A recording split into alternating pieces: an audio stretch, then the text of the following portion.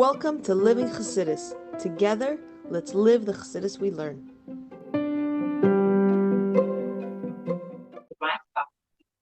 The important thing to remember is that everybody's different. Everybody needs something different. Everybody expects something different. Not saying to have a friend about you and about your birth. And sometimes even your own individual births need something different.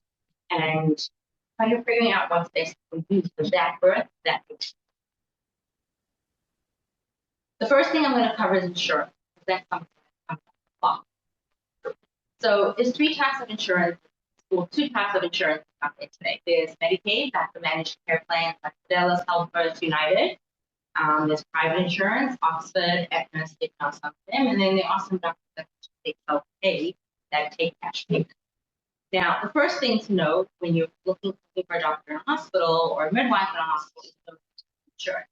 You don't want to go to a hospital or a practice that doesn't have insurance, just like go expect how it's insurance. I once had a woman who told me she was so excited that she switched to a new doctor, and literally at 38 weeks she found out the hospital she was delivering was not paying for insurance, and she was going to expect massive bills from us. So even though it's a minor thing, something that can be major, and you want to first find a provider that you're looking into, take your insurance. Okay, the next thing you want to look at is your provider's reputation. The first thing we always want to ask is word of mouth. What do your friends, family, your representative, mashpia, somebody say about this provider? If you know that 10 of your friends had great experiences with this provider and the birth plans were met, they've listened to it with her, and something similar to what you're looking for, that's a great start. Somewhere to start. We always trust our friends, people that we know, people that we trust. You can look at online reviews like forums, social media, Google. You can see what kind of ratings they have online, even though we know they're a little bit, kind of fudged, but you can definitely look at it. And the last place to look is we're very lucky in the Jewish community. We have organizations that help us with this kind of thing. So I, work for Bnei Olam, and we have Time of Crown Heights vision now that started with a helpline, 8 times all these organizations are there to help women find the right provider. So we're really lucky. I always say being part of Klal Yisrael is priceless. We have so many organizations that support us, so many people to reach out to, and we should make use of that. When you're, looking for a doctor, provider, something so personal, so private, so important, and definitely reach out. The next thing you want to look at is the provider that shield. Okay, so first of all, their numbers. How many births have they done? How many procedures of that procedure that you need have they done a year? How many C-sections have they done that year? Right? If you say you need a special PGYN surgery, you want to go to this doctor, heard that he's really good, but he's only done it in a year, versus the doctor that might not have the best bedside manner, but he's done in a week. Whose hands would you prefer? Whose skill would you prefer? So all the doctors have their numbers published. You can ask them, and a lot of the organizations are very familiar with these doctors, know who is better at what and what. As far as C-sections go, every hospital publishes their C-section rates at the end of the year. We're going to go through some of them a little bit later. But you can also ask individual doctors how many C-sections they have done and why. The thing that you have to keep in mind is that every hospital is different. For example, a hospital in Columbia, high-risk hospital, there's a lot of high-risk patients, a lot of high-risk babies, unfortunately, 6 babies in the States. So it makes sense that a hospital like that can have a higher C-section. It makes sense that a hospital like that the doctors are going to have a higher C-section rate because they take the higher risk cases. When you're, have to worry about a baby's life or a baby's illness, C-section falls in a different level versus a baby that's healthy and a low-risk birth. But in a hospital where, it's a low-risk hospital, low-risk doctors, or the patient themselves is low-risk, and you're not worried about anything wrong with the baby or need that specific NICU at, say, a hospital like Columbia, you want to know, what is this doctor's C-section? How many C-sections they avoided? And that's definitely something we can ask. You want to look at their education, medical school, residency, any papers they've published. Maybe they published a paper on C-section rate. So maybe they published a paper on something that's pertinent to you. All this information is available online. Definitely something to look at. And then we have some doctors who really have a specialty. There are doctors who are have less interventions, have more patients, have a better bedside manner, have a lower C-section rate, are doctors that specialize in multiples, or doctors that specialize in IVF patients. And if that's something that you need and something that they specialize in, definitely something for you. Then you've got to look at the hospital. There's a couple of different things that you look at when you look at a hospital. So you look at the location, the facility, what the labor rooms look like, what the postpartum rooms look like, is there showers. The one story that I always tell is that, I had a mom who told me she wanted to deliver in a hospital. It was very important that she gets labor in the shower. And I just told her the hospital that she wants to deliver in the shower, there are no showers. It's just like they actually redid the unit about 10 years ago, and they put the shower out. There isn't even a shower in the so you've got to you have this plan, you want to labor in the shower, you want to use this doctor, but this doctor delivers in a hospital where there's no showers. So you've got to take all of that into accountability. I do think, looking at postpartum is something you can look at, what postpartum rooms look like, what's going on, but personally, I don't believe it's the highest thing on the list. We are going to a hospital for care in this situation. We're not going to hotel on vacation. We hope you won't be there for very long. If you want to go for a tour and look at it, that's great. But, there are other things to look at the hospital, like distance. Maybe you have quick labors and you hospital's an hour away. That's something to think about. Maybe you need something else in that hospital, but definitely something. Staffing is very important. Some hospitals, most of the hospitals in New York are teaching hospitals, but there are some hospitals that don't have residents. And for some people, that's super, super, super important. For some hospitals, their nurses on boards for their nursing. That's something that's super important to you, and that's something to think about. We are lucky. We have 2 hospitals in Brooklyn that have dual support. Maimonides and Methodist, so dual support. That's an added bonus that there's a doula on staff to support you. They also have lactation consultants. That's huge. If you're somebody who wants to focus on lactation, or lactation has been difficult for you in the past, and you want extra support right from the get-go, knowing that the hospital has lactation support available to you is an added bonus. If you don't plan on hiring your own doula and you want to rely on a doula, go to a hospital that has doulas versus a hospital that have doulas, is something to think about. All these things are questions that you should be asking, touching on, and discussing. And the last thing is the NICU. Now, the highest level of NICU is the regional NICU, which is like Columbia. I had a patient that could only, there were 2 hospitals in the entire tri-state area that she could deliver in that could take her baby's care. The baby was very sick, they needed specialty care, and the 2 hospitals that would even accept the baby were Columbia or CHOP in Philadelphia. So she had to choose between those 2 hospitals. She was local in Brooklyn, so obviously Columbia made much sense. She doesn't have insurance, but that was that from her baby's care, that was the place she had to go. There are different levels of NICU. Level 4, level 3, level 2. Level 4 is a lot of the hospitals that are just under a regional level NICU. It's the highest level that you get, besides like a regional hospital. And then there's a level 3 and level 2. As you can imagine, a level 3 is higher than a level 2, and a level 4 is higher than a level 3. So if you're having a baby a little bit early, or you know that your baby's going to need something extra, you want to consider the level of the NICU of the hospital in your choice, if that's the hospital you want to choose. So this is the one thing that everybody asks about C-section. So these are the C-section rates published by hospital. The link is on here, and I'm happy to share the PowerPoint class to consider so you can have it. These are the published rates for this past year. And as you can see, there's hospitals like Methodist Hospital, Staten Island Hospital have very, very low C-section rate. And NYU Brooklyn has a low C-section rate. Maimonides has a low C-section rate. Then you get a hospital like NYU in New York City that has a little bit of a higher. Cornell has a higher C-section rate. Bearing in mind there are sicker babies in the hospital. So definitely looking at the C-section in your hospital is something to look at and consider, but always keep in mind the types of births that are happening there, the population that's going there, so that you can keep that in mind. Yeah. Who decides the C-section? The doctor that you're with, the hospital? It's the doctor, right? You can ask each doctor in their own way. You get also hospital. How does that matter Shooting your doctors, right? Because every hospital has standards that they want to meet. Okay. And also, every hospital, not every hospital, most hospitals these days have somebody called a safety officer, where they kind of can override a doctor's decision. If they feel that this baby's not safe or this mom is not safe, they are the ones who can go and call the situation. Doesn't happen often, happens very randomly, very infrequently. I have seen it happen once or twice. Also, depending on the practice that you would, what happens if you visit the hospital there? And the covering doctor is one of the doctors from the hospital that's covering, or the residency covering.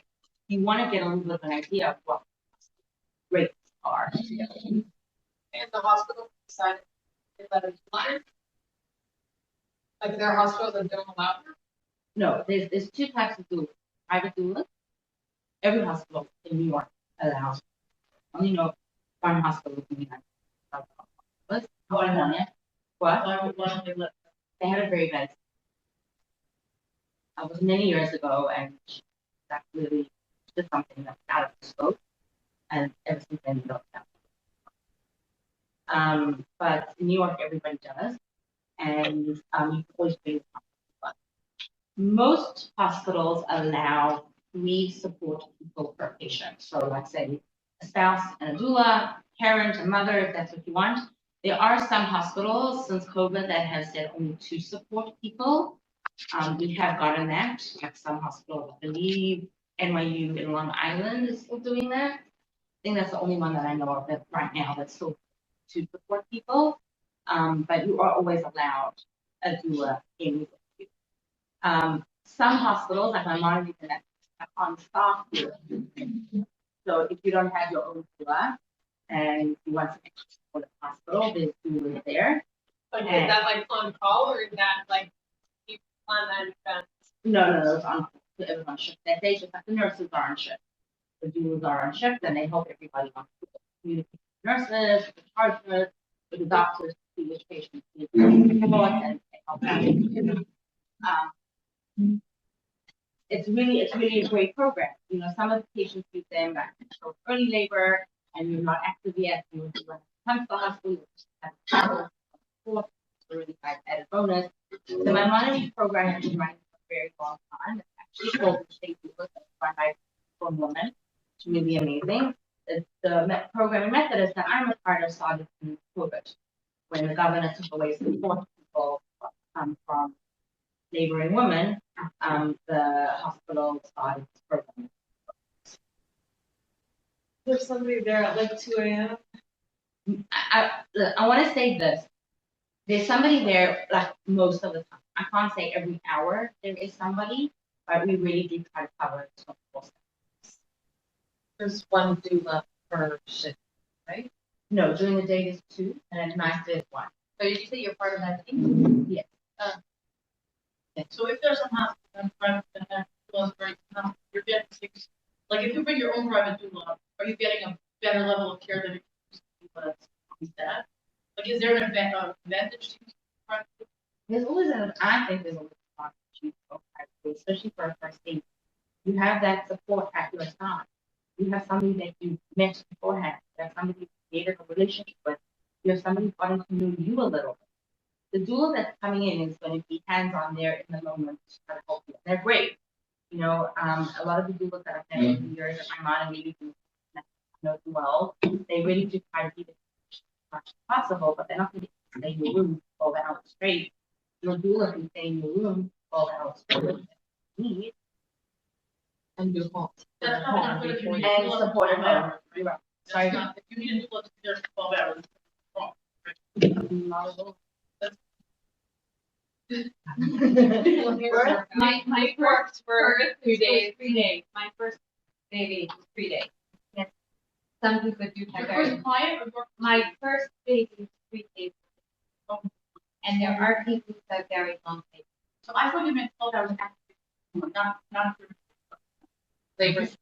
Labor Also, support. the doula that you hire privately to your house, which especially the first baby or something who has a history of long labors, you really benefit from. And the hospital doula is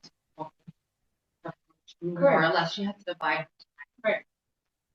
I think it's a great choice for like early labor, right? When you're like on a medication, like a cervical ripener that like helps it sort of soft, and you're kind of really sleeping, but you have some questions along the way, but you're not in active labor yet, and your private doula hasn't arrived yet. It's great to have that extra support during that time. And you're saving your doula when you really need her. So she comes in with full energy when you really need her. I think that is effective. Great support. But it's not like having a doula at your side. But you also need to be doulas, and we could do a whole session just on doulas if you want. I love they actually help us out. And as a hospital doula, sometimes I get to do births with other doulas. So much fun. Yeah. But they're billing your insurance then?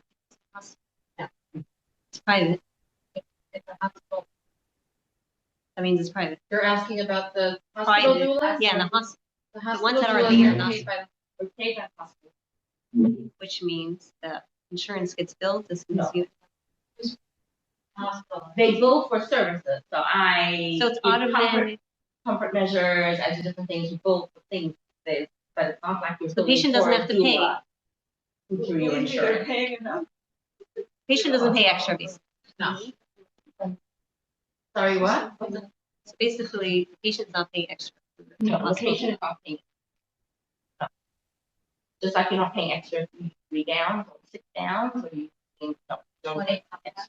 20 on that, yes, or, you're not getting the patient.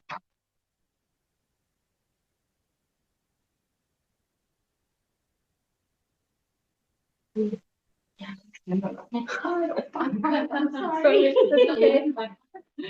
You can play around and I'll just leave it like that. You can play around. Go ahead. When you're speaking, Oh,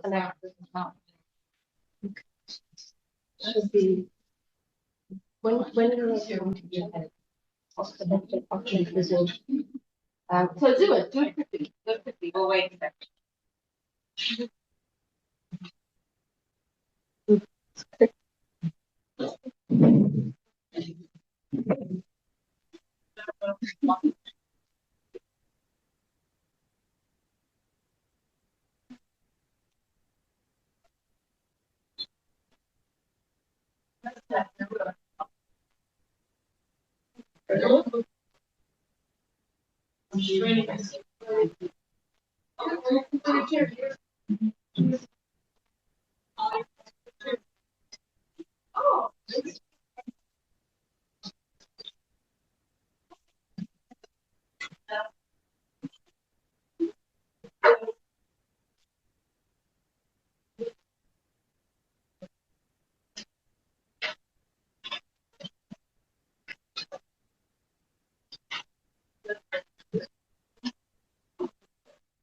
Recording in progress.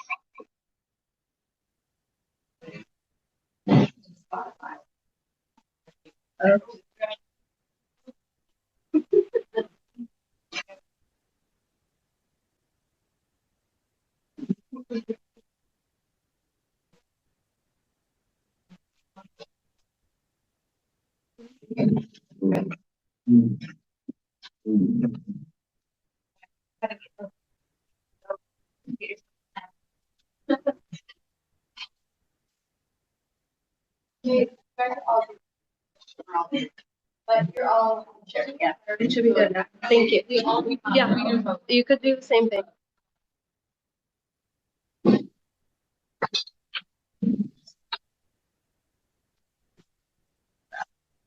Okay. Another thing to consider when choosing a provider is ease access to a provider. How does after hours work? Time of appointment. Are they only open in the morning? Are they only open in the afternoon? How does that work with your schedule?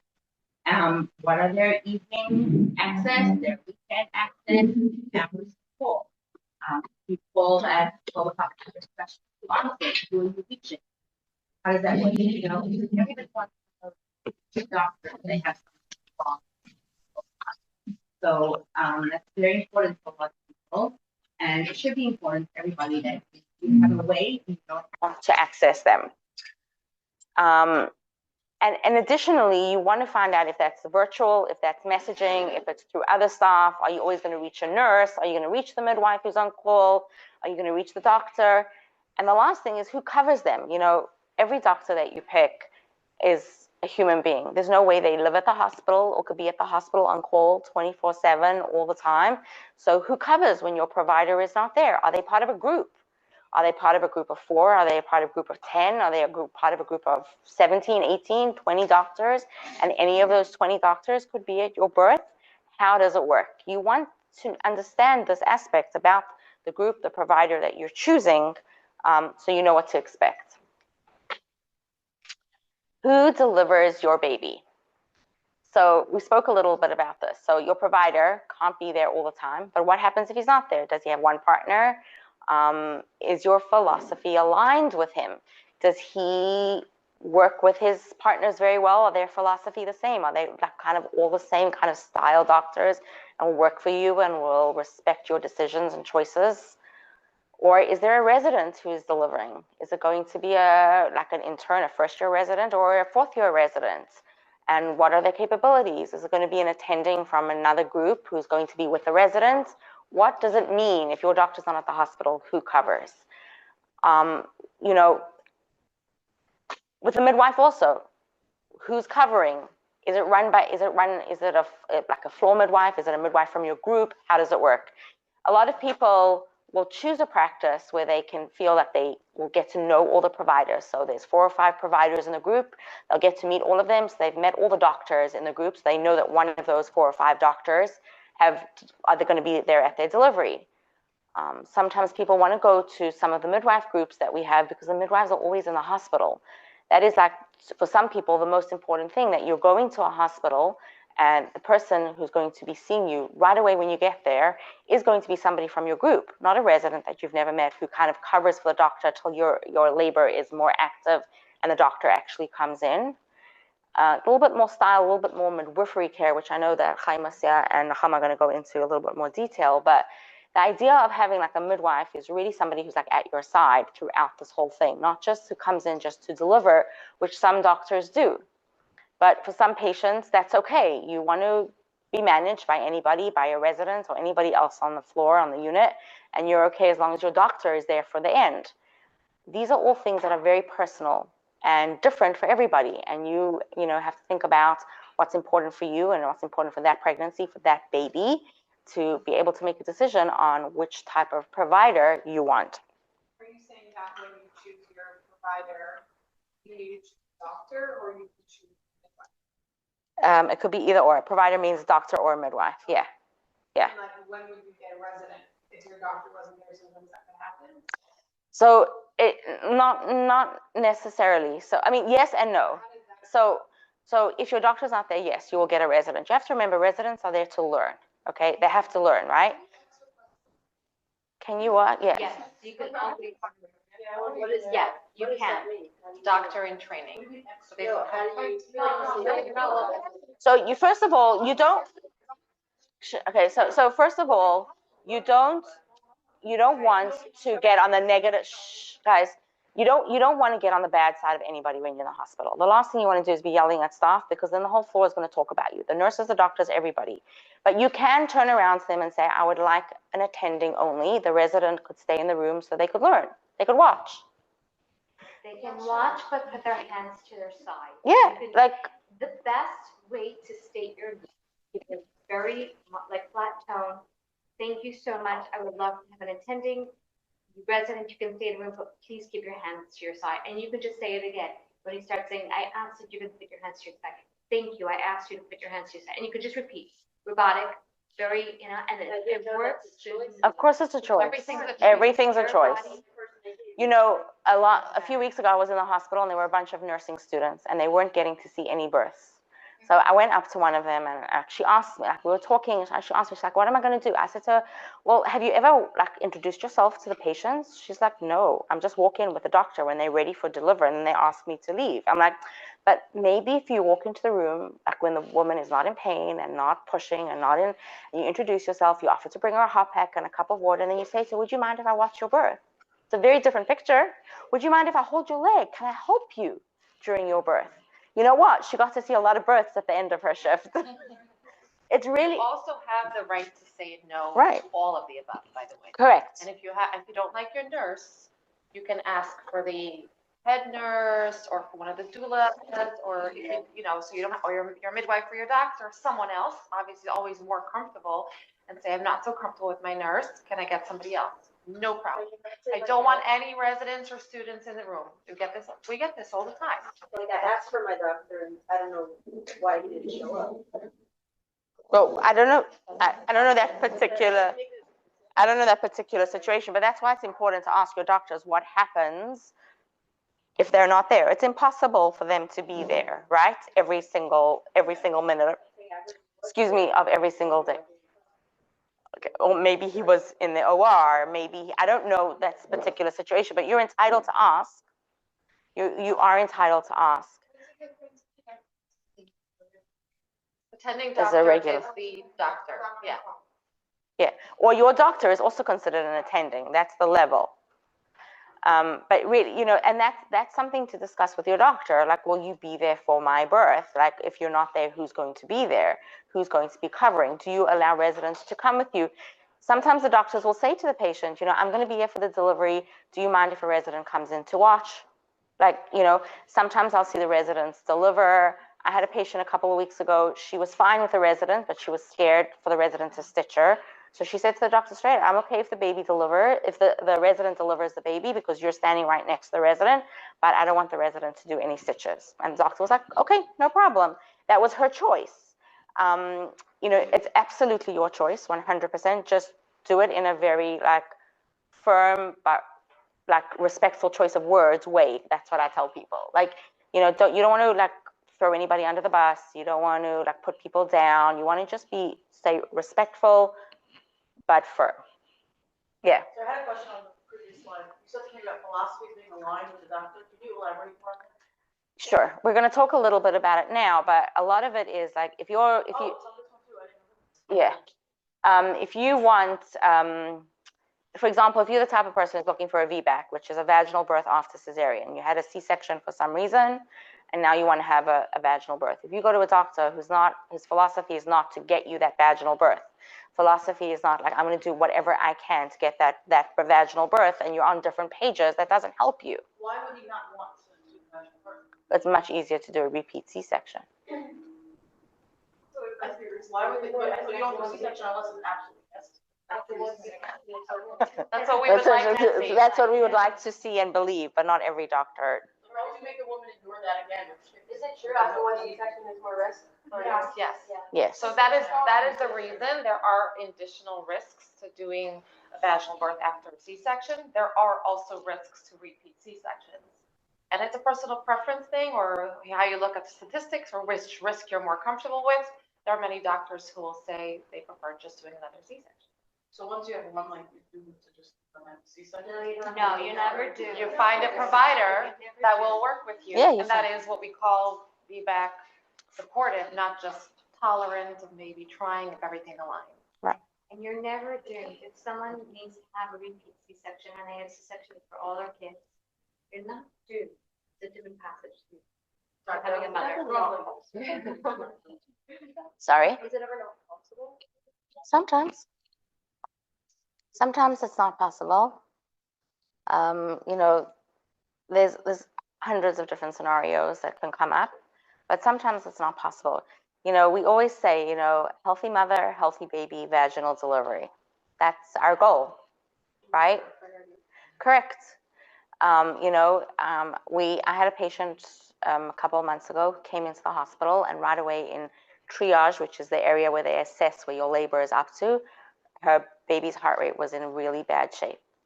And we were flipping her in all different positions to try to change her position to see if that would help the heart rate, and nothing worked.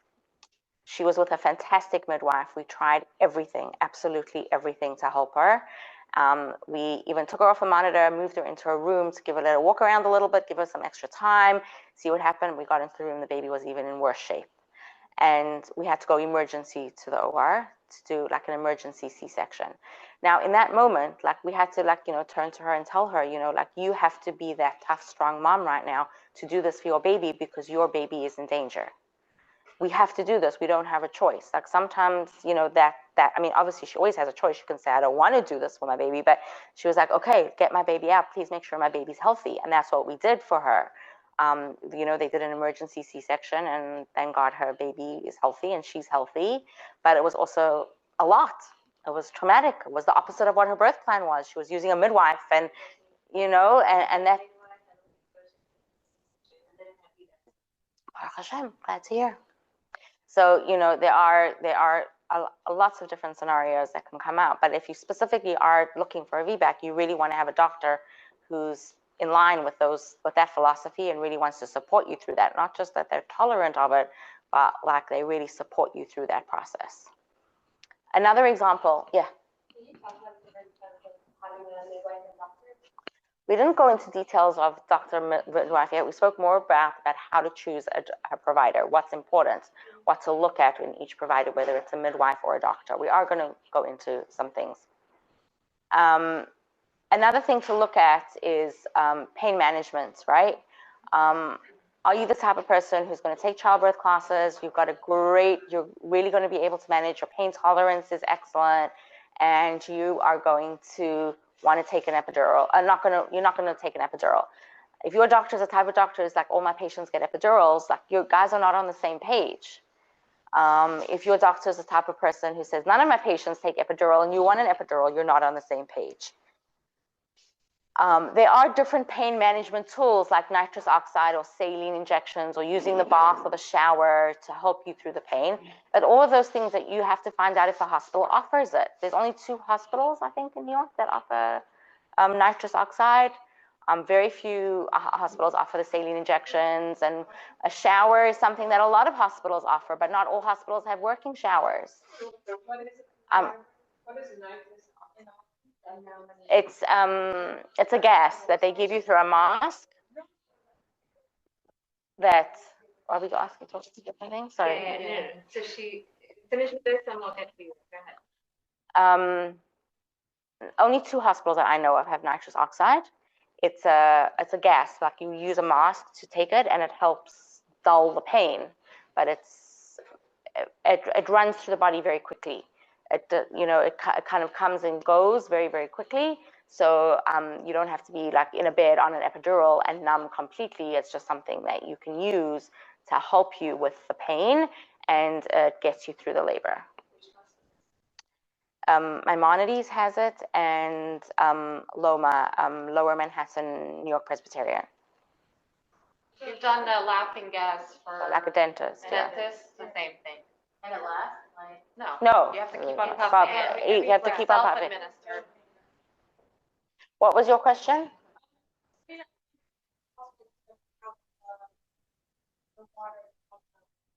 Birthing tubs? I don't know any hospitals in New York that have them. No, nobody in New York has them. We used to. Yeah, New Jersey, Hackensack has one in every room. It's a private hospital. They don't have residents either.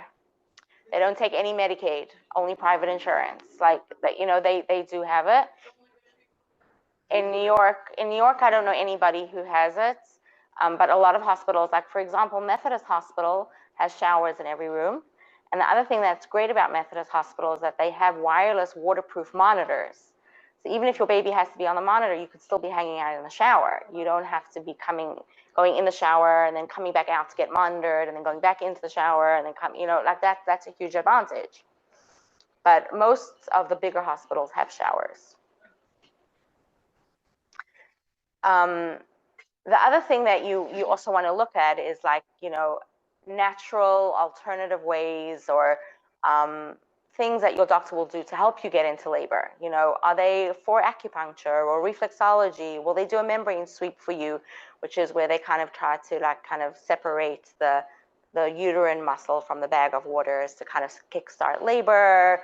Well, we have some doctor's office who will insert something called a Foley balloon, which is a balloon that they put inside your cervix and they fill it with saline, and then there's another balloon that sits outside the cervix and it puts pressure onto the cervix to try to kickstart labor or soften the cervix. They'll do it for you in the doctor's office and then send you home, and you don't have to spend all that time in the hospital.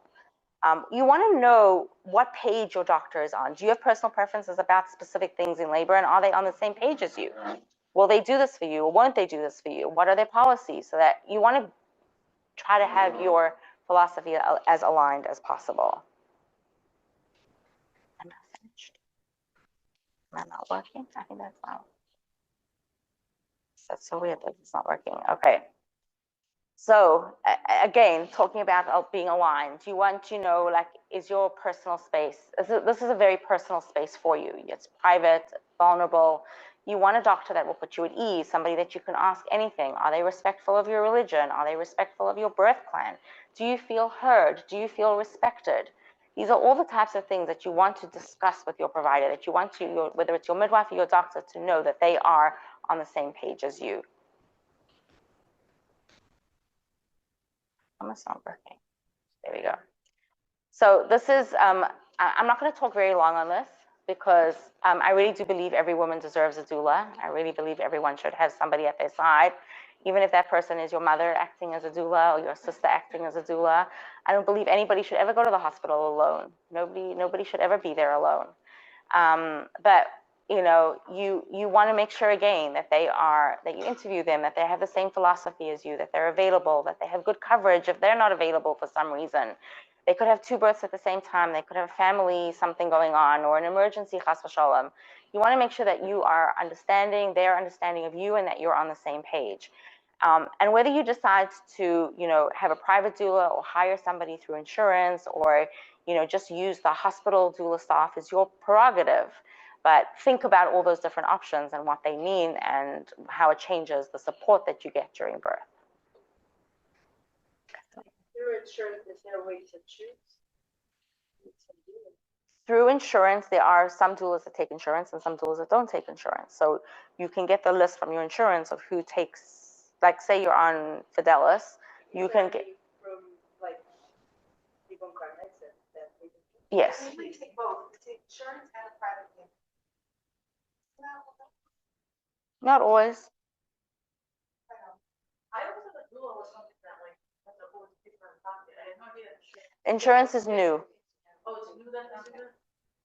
It's new. Just like, I don't know if anybody heard that Medicaid is also starting to cover dinners, food for people who are pregnant and postpartum. What? Yes. Like food. For like a year. No, you don't get a private chef to make food for you. No. There's a set menu that they have, and they will be delivering it to your house twice a week. You don't get kosher, but you don't get to choose and decide on the menu or anything like that. It's like set.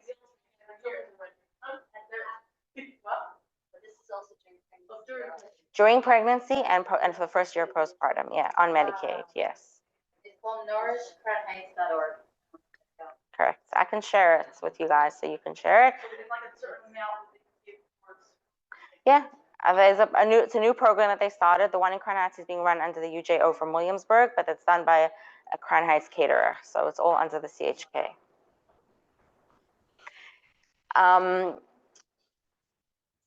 The last thing I put in here was just a flyer that a couple of us made on postpartum anxiety, postpartum psychosis, postpartum depression, and the differences between each one with emergency contacts, should anybody need them. You know, Chaim of Crown Heights does a lot of work on this. We have a lot of referrals that we're able to do, and we're here for women in any way that they need. But I also just wanted to put some information in here so that you guys have it, should you need it for yourselves or to share with a friend. And I'll send you the PowerPoint so that you guys can share it with everybody. I'm going to send the PowerPoint on the group, okay? Thank you. All right. Hi, I'm Baruch. Hi, I'm Nechama and we're going to talk on safety. We're going to share a mic. We're going to share a mic, I think. I'm going to just stick it on my arm here. It's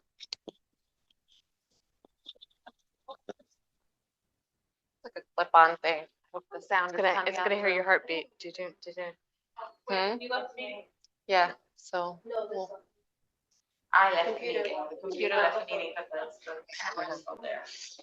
All right, so we're both doulas who attend both home and hospital births. The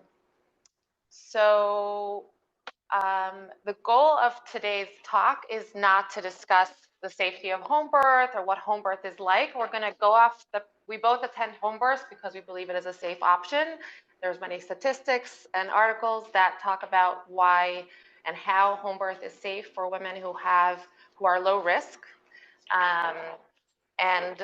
We love attending home births. We prepared our talk together, but we're just gonna like bounce off of each other and share ideas, take turns a little bit. So there's some papers and pens laying around, and what we're going to talk about is how to choose your home birth midwife. Very specifically, home birth midwife. You can take a piece of paper and a pen, and I'd like you to take a moment, and if you're watching home from, on Zoom, you could do the same thing, and write down, what are your values about birth? What do you believe about birth? And this doesn't just apply to home birth, it applies to all your births. Yes, irrelevant of whether you've given birth before, you don't have to know anything about birth actually to have a belief about birth or have some values about birth.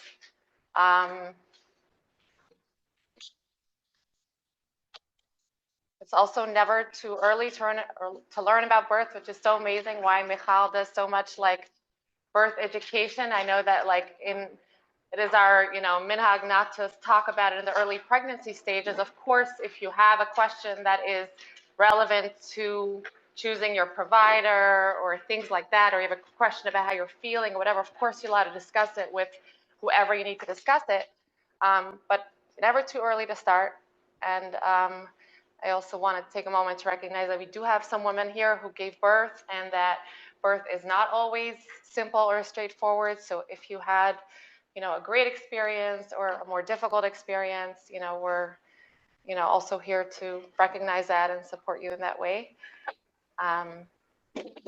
So some examples of beliefs or values that may have could be something like, oh, my doctor knows best, or midwives know best.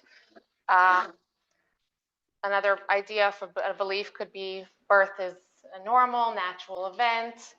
Another belief could be anything can happen at birth, better be prepared for an emergency just in case. Anybody want to share what they wrote down? All right. Yeah, sure. Try to have like as little interventions as necessary. Okay. Anybody else want to share what their beliefs? Like letting your body do. You mean like medications that are going to do? Yeah, medications or anything that's done in the labor process. She's talking about following her body's lead, right? I guess it goes along with intention. Yeah, so these things are very personal. It's my personal belief. Let's say that, I would want my body to take the lead at my birth, Huh? What does that look like? That's a really good question. I think that's something that you're going to see covered in like a childbirth education class, books on childbirth. So if it's okay, I'm going to skip that question. It's a very good question though, and I encourage you to look into that. Who offers childbirth education? Because I took with someone, she moved away. Who offers childbirth education? I'm happy to. Please do. I do sometimes privately. Irit has at the Motherhood Center they have. Sarah Eichler is teaching like a hypnosis type. There's some things online. There's a lot of different options when it comes to that. Okay, so now that we have, I hope you all did take a moment to write down some of what your personal, doesn't have to be a general truth, it's very individual. What do I believe about birth? Now our question now becomes, how do I make sure that my provider, my midwife that I'm going to hire is in line with those values? So that's really what we're discussing here, because whatever research you're going to do, if you have this written down for yourself, now use that. whenever, you know, the opportunity arises that you're looking for a provider, because you can always hold that against the provider that's in front of you, or the choice that you want to make. Is that in line with my values, with what I believe about birth, or is it not? Sorry? It's like dating. Yes, exactly. Okay, so what I want to talk about a little bit is what some of the differences between home and hospital birth, which make choosing a provider, I guess we'll switch over to midwife, because home births are generally attended by midwives. I've heard here and there that there's a doctor that attends a midwife, and, you know, not in New York.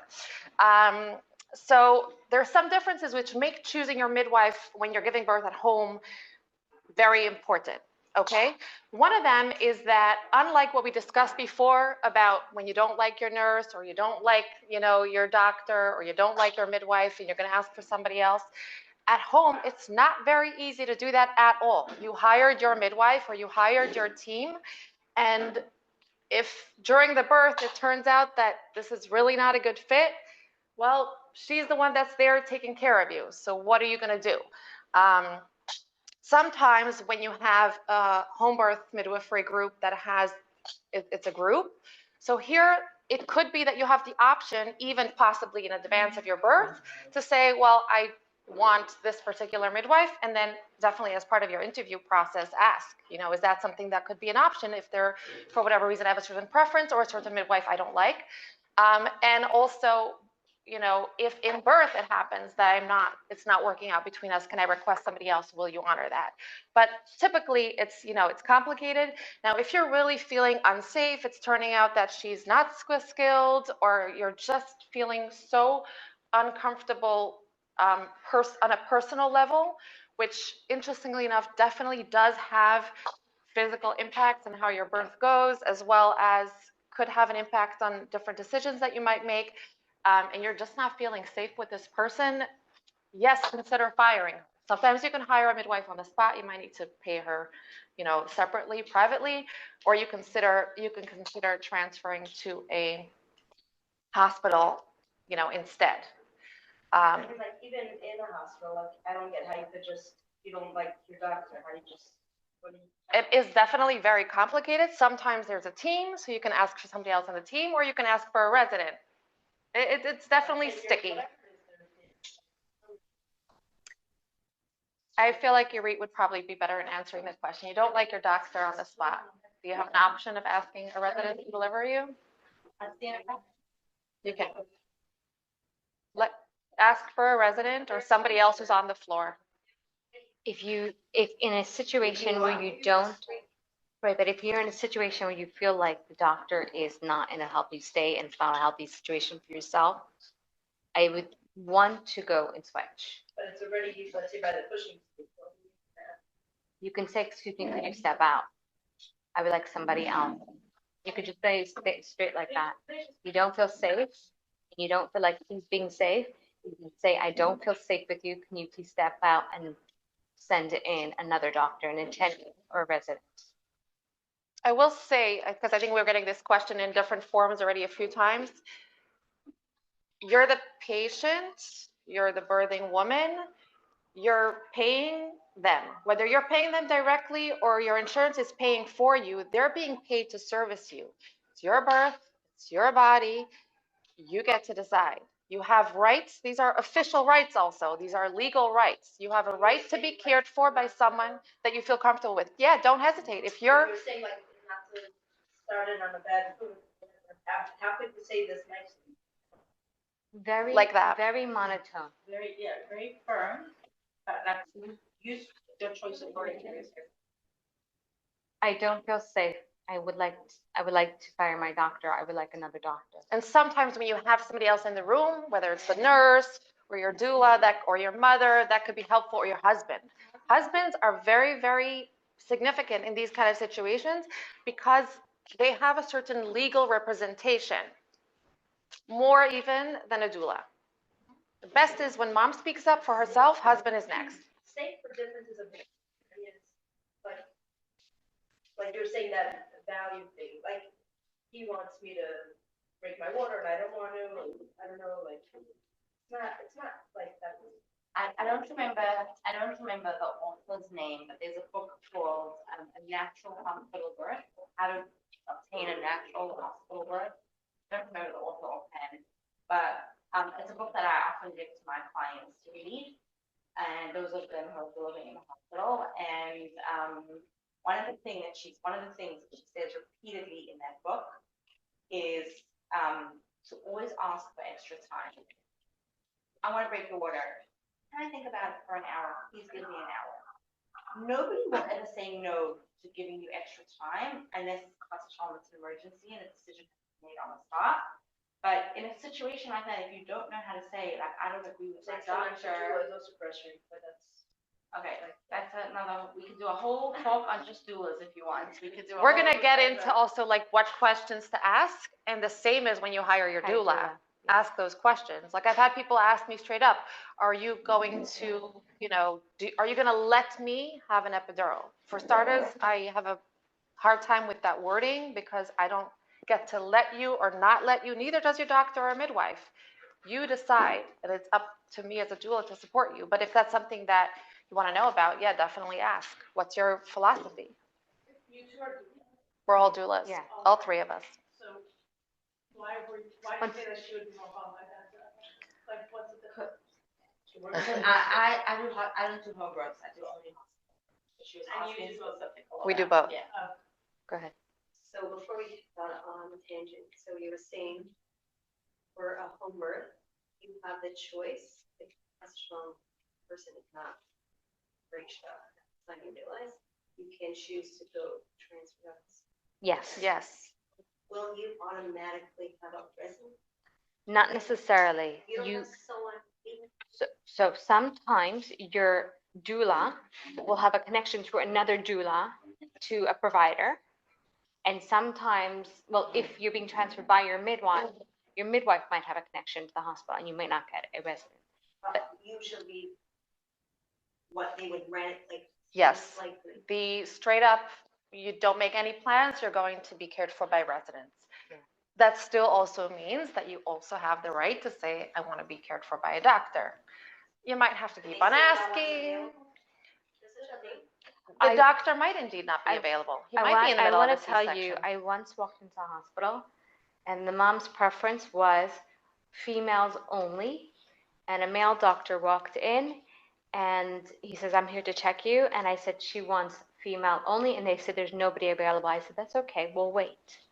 And 2 minutes later, a female doctor appeared. It's okay, you're allowed to wait. It's not an emergency to be won't checked. like brush off what you say and think you're being ridiculous or something. Sometimes, but just It is their job in the hospital to move care things along. for you in the way that you want to be cared for. That is acceptable practice. So if you don't want a male nurse, for example, it's very normal to ask for a female nurse. Like a male nurse, like offering to tell me how to breastfeed. By the way, the men might be more competent. Yes, Qualified or. you might want a male. Just saying. It's your preference. It's what you feel comfortable. Right. But none of your requests will be like belittled or like, they won't think you're being silly or. It might be. It's okay. It's okay. It's their job to be professional about it. It's our job, or it's as a, guest, patient, mother, your job to be as, polite about it as possible. It's their job to swallow the insults and be professional about it and say, sure, I'll be right back. It's kind of like if your dish comes in the restaurant, not the way you ordered it, you have the right to send it back to the kitchen. Exactly. Same idea, right? Is the chef gonna not like it? Maybe. All right. Okay, so we're talking about why home birth midwife choosing is in some ways more important than, in a hospital. One of the reasons is that in a hospital, there's a lot of people walking around on the floor, residents, doctors, specialists, whatever. If you have a midwife and you're in a hospital and it's her second year as a midwife, let's say, and there's something that she's having a hard time with, or she's not sure about, or you know, this woman needs some stitching, but it's just a little bit more complex. There's somebody down, or there's an emergency suddenly. 5 people can come running in, or, you know, she can call the doctor or other midwife of her choice, and somebody will come in and give a second opinion, give an extra, you know, extra pair of hands. At a home birth, you don't have that option. It's your midwife, and in most practices, they also bring a home birth assistant who has certain, you know, trainings to do certain things. So yeah, you really want to make sure that you have a, you know, midwife that you chose that you feel really is the right fit for you. I'm going to talk a little bit about hiring different types of, not all home birth midwives are alike in many different ways.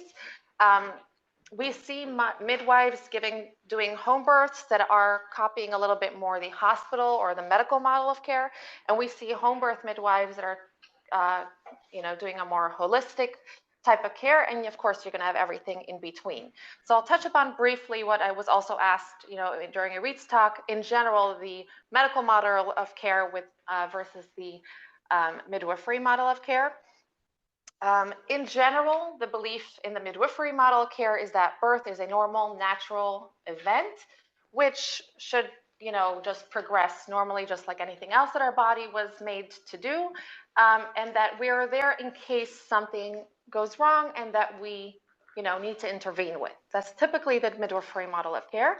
The medical model of care usually is, you know, done by doctors. So they went through medical school. Their training is in what is doctors, but when you go to the doctor and you have a problem, what are you there for? You're there for him to find out what the problem is. So their general outlook towards birth is more about making sure that there's no problems, finding them, treating them, taking care of them, and, you know, hopefully everything goes fine. You're going to have doctors who are in their philosophy more in the midwifery model of care, and you're going to have midwives who their beliefs align more with the medical model of care. And you have to understand that when you're choosing a midwifery practice or a midwife that works in a hospital, she's working in a medical model of care, which basically means something as simple as, do we need to get labor going a little faster, or do we need to be induced? We're not using acupuncture, reflexology. She can recommend those things to be done outside of the hospital. If you're already there and your labor stopped, you can't really leave and go get a reflexology done. So you're kind of limited in the medical model of care for many different things.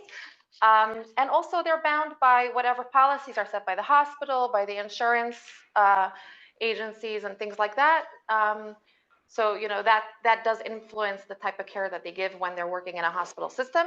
Of course, you do have also midwives that are working in a hospital, but there may be home birth midwives at heart. They might give birth themselves at home, or, you know, their personal belief philosophy is very much just let birth do its own thing, because it's, you know, Hashem's wisdom, and we don't need to get involved. Okay, so that's in general on the medical versus midwifery model. Some things that we might see in the home birth that are kind of mirroring on that is in the more holistic model, and there's really nothing per se, you know, holistic can be mean a lot of different things for different people. Some people it means no benefit at all. Some people it means, you know, that I'm fully involved and aware of the pros and cons of different things, and we make joint decisions. That's typically what most people are looking for in the home birth holistic model. And sometimes when we see a midwife at home that's providing a more medical model of care, is she's requiring you to do a sonogram, or at least one, or, you know, maybe even two. She wants the 20-week scan, and she wants you to do the, you know, the one sonogram before, you know, in the 9th month to make sure the baby's head down, or things like that. In the holistic model, she might, you know, not require that at all.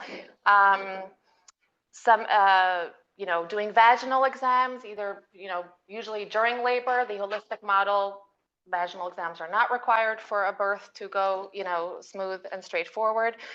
Something that we might see is that a midwife might say, oh, you can only go into the birth pool from, you know, when I come, or from when you're X amount of centimeters in labor. The holistic model will say you go in the pool whenever you want. Or we see sometimes midwives that have a bit more of a medical model. They'll say, okay, once you reach 42 weeks, you're transferred out of my care, which means you she can no longer be your midwife and you have to go to the hospital to give birth. In the, in the holistic model, there's a conversation about the risks of going overdue, more than 41 weeks, 42, 43, et cetera. And the woman gets to choose which, risk level she's comfortable with and what she wants to do about these things. So we're talking about hiring. So she said, collect your questions. Everybody has different ideas what works for them. What works for your sister may not work for you. So I'm going to jump right into asking references.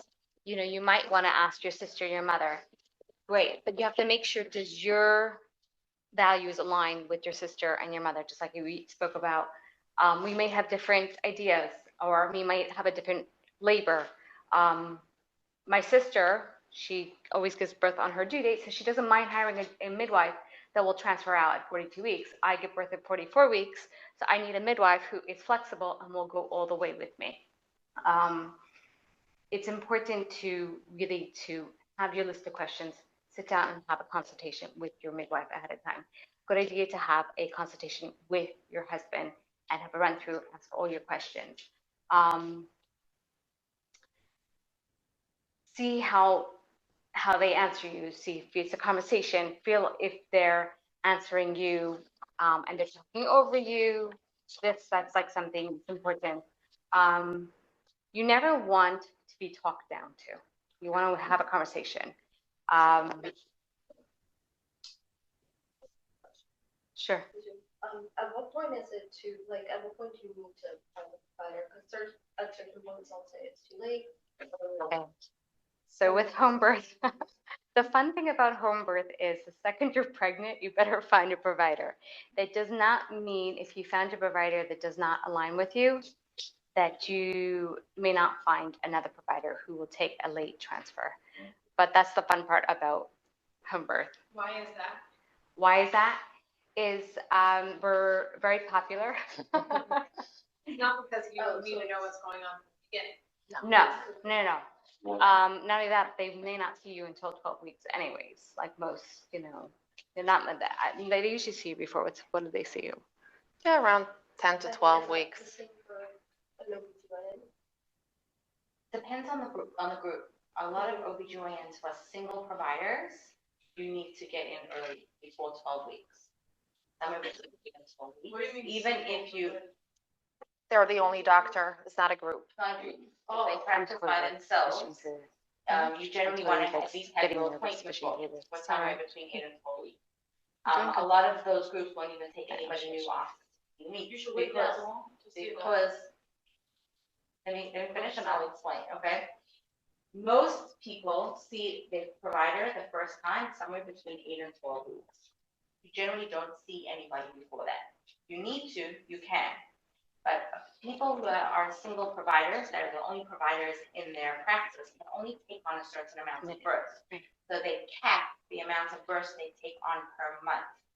So they won't take people who are late transfers and people that are coming in late because they have a maximum they can physically manage per month. Doctors that are part of a group where it doesn't matter if it's 4 people delivering today or 5 people delivering today because everyone's on call is covering the floor and somebody else is in the office and somebody else is in the second office. So it's a bigger group. There's more leverage. There's more space. There's more leverage. They could take later transfers.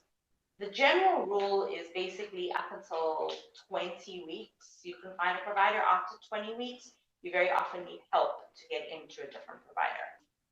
Is that across the board? For hospital midwives, yes. Mm-hmm.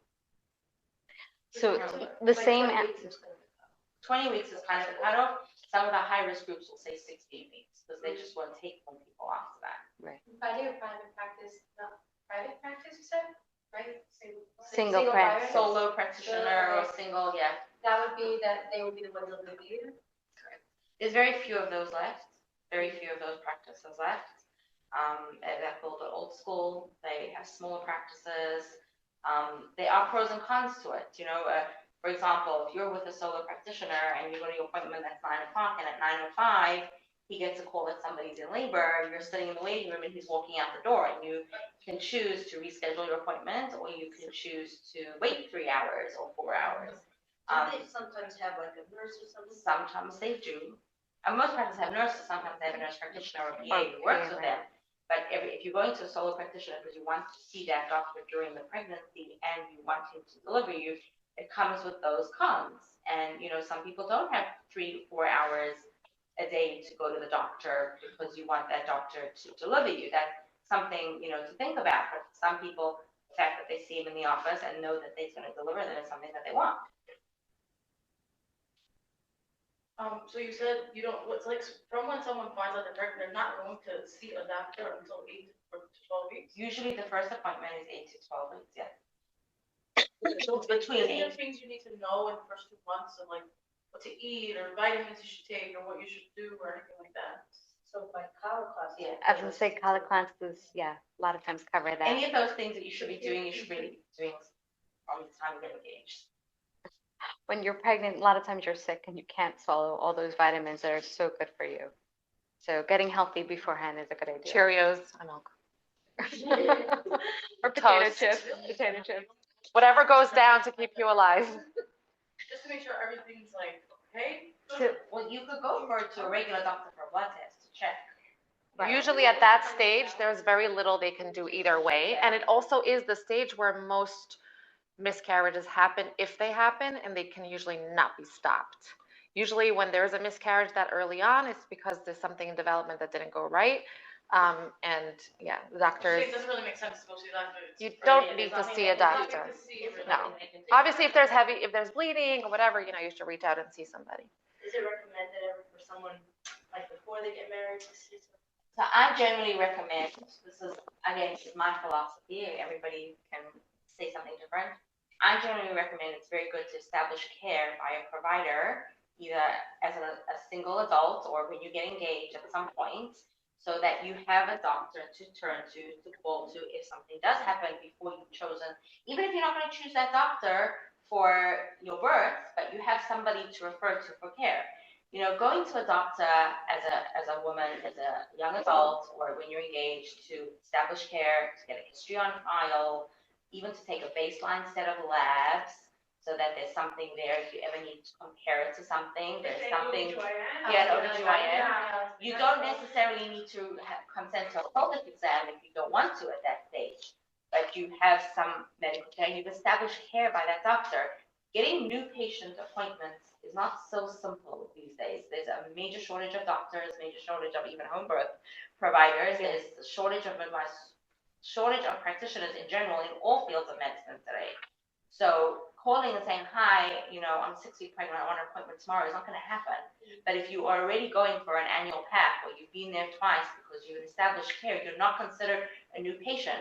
That time to talk about when you're coming in for your first pregnancy appointment and they have to take a whole history on that. When did you start your periods? How long were your periods? It takes up so much more time.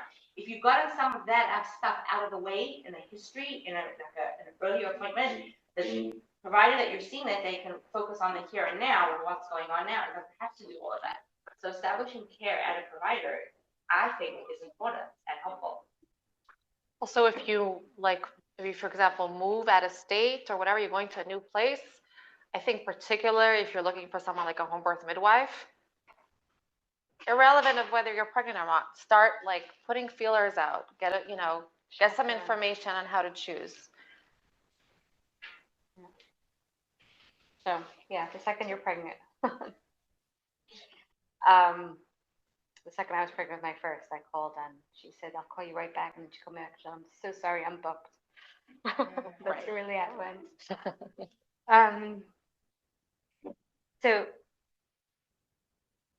you could reference your mother, your friends. Your friends you don't have to tell them you're pregnant. There's a whole thing you have to tell before 3 months. If it comes to important things like this, finding a doula, finding a midwife, you can ask your questions and they can decide what they want. If you're pregnant or not, it's up to them. Let them, but ask questions. Ask your references questions. Who'd you use? What'd you like about them? What have you birth you liked? What didn't you like? Would you use them again? Because sometimes you'll say, yeah, everything went okay. It was great. It was a straightforward birth. The midwife came in and caught, nothing else happened. But would you use them again? Well, when I called them the first time, they said they'll come soon. And then when I called them again, they said they're on their way. And they came 2 seconds before they caught. So I don't know if I would want to use them again. I have to think about that. So sometimes asking that question, will you use them again, makes them pause and say, and then gives you more information. You can also ask a doula. Doulas get to see lots of different births. They don't just see the straightforward births. They see some births that might have like a few bumps in the road. Most births are straightforward, don't need any interventions. But for the ones who do, you want to be able to find one that has skills, your basic skills. You want to ask your midwife what's their strengths, what their weaknesses, what their training is, how many births they attended, have they worked in a hospital, are they only out of what made them become a home birth midwife.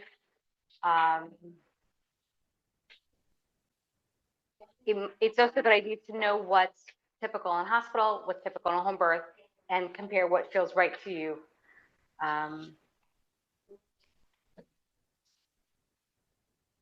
Just adding on to that, home birth midwives need to be trained in the exact same things that hospital midwives are trained in. Such as stitching, putting in an IV, placing a catheter. There is one big difference though, and that is that home birth midwives, because they're attending a very low risk clientele where most people choosing a home birth want the holistic model, so they don't want vaginal exams, they are not having an IV placed, et cetera, and most births in a low risk setting do not need any of those things. So their practice is much, much less frequent. A hospital midwife on a shift is doing 1 to 3 births in a shift. Does that make sense? A home birth midwife might be doing 1 to 6 births a month, depending if she's working by herself or in a group and how many births they do. So a midwife that's worked in a hospital for a year or a midwife that's worked in home birth for a year is not at all the same amount of births that she's done.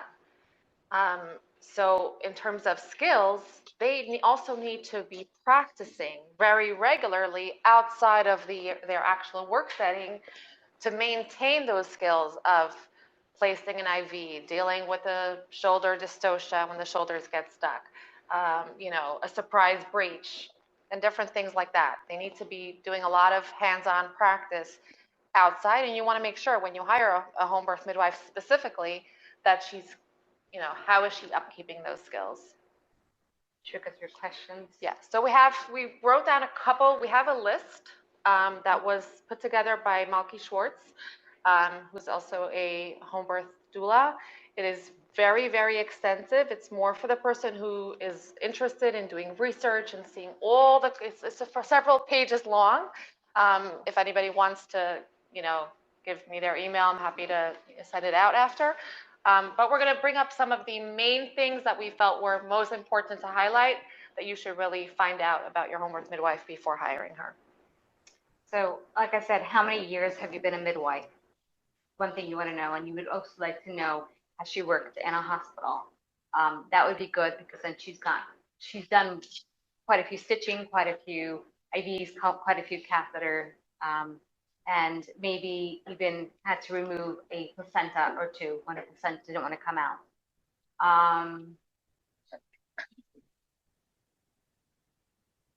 Where did she get her training? It's, what else do you want to jump in and say? Training and qualifications. Who's your backup? Can I choose a different backup? This is a good question because there's sometimes a midwife will share an office with another midwife and you may not like that other midwife. You can say, who's your backup? I'm not so comfortable with her. Can I choose so-and-so as my backup? And she might say yes, or she might say, what about so-and-so? I work well with her. How does it feel to you? Have a conversation flow is good. And you can have a conversation with the backup too. So, the same way that we said in the beginning, like have a consultation in the beginning. That could be first that you're going to call, let's say 4 or 5 different midwives. Are they even available for your date? Ask them some general questions. And then I would narrow it down, once you have all your questions answered, narrow it down maybe to 2 that you're going to actually meet in person. Okay, now you've you've met your home birth midwife. You can do a consultation or, just like a phone interview with that backup midwife just in case. And how you want to ask your main midwife, how often does your clients end up with a backup? That's another good question to ask. If your midwife group is from, you want to find out who's on call over Yontif and how many clients are due over Yontif. You want to know what the ratio. Make sure you have somebody there. Another good question is to ask, have you ever lost a mom or a baby? Was there any bad outcome and what was the circumstance? Have you ever transferred a mom or baby to the hospital? Why was the transfer?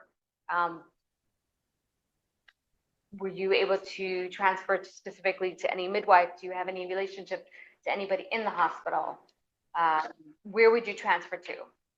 In what scenario? Like I know one midwife said, for a baby, I would transfer to such a hospital. It's a few feet away and it's a great hospital for sick babies. Before delivery, a mom might want to be transferred, and they might have connections to Methodist, to Woodhull, and you would want to know, these are good questions to know ahead of time. You want to ask the midwife, will you come with me if we get transferred? And what kind of role would you then play? Most home birth midwives do not have privileges at hospitals. So what that means is that they can come along as a support person. Now, if they have a relationship with a certain hospital or with a certain doctor or midwife, or they can call and see, oh, well, this is not an emergency transfer, which most home birth transfers are not emergency transfers.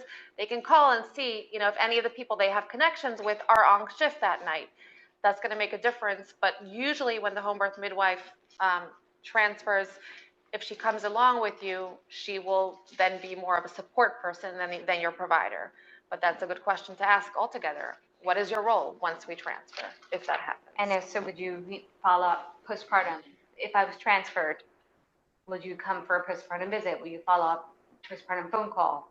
Where does my care end up? Do I end up with the doctor who delivered me, or will you come for a postpartum visit? These are also good questions to ask.